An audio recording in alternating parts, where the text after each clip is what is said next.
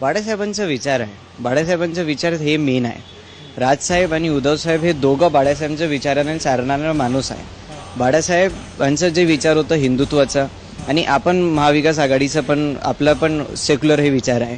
तो राजसाहेब आणि उद्धवसाहेब एकत्र आले तर ते चांगलेच होणार. राजकारणात का त्या ठिकाणी ईडीची धमकी, सीबीआयची धमकी, इन्कम टॅक्सची धमकी भारतीय जनता पक्ष सातत्याने देत असते.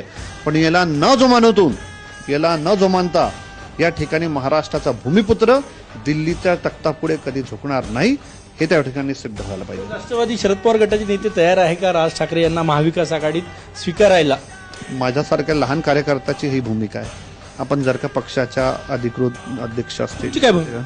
माझी भूमिका हीच आहे की उद्धव ठाकरे साहेब असतील, राज ठाकरे साहेब असतील, यांनी आपल्यामध्ये समझोता करून जर का महाविकास आघाडीमध्ये आले तर निश्चित रूपाने एक चांगलं चित्र या ठिकाणी दिल्ली विरुद्ध महाराष्ट्र हे लोकांपुढे येईल. शेवटचा प्रश्न, राज ठाकरे समजा महाविकास आघाडीत आले तर काय फायदा होईल, काय चित्र असेल राजकारणाचं? जर तरला राजकारणामध्ये उत्तर नसतं, पण निश्चित रूपाने एखादा नेता येण्याचा त्या ठिकाणी फायदा आपण राज ठाकरे साहेबांचे जिथं जिथं प्रभाव क्षेत्र आहे तिकडे दिसायला काही हरकत नाही.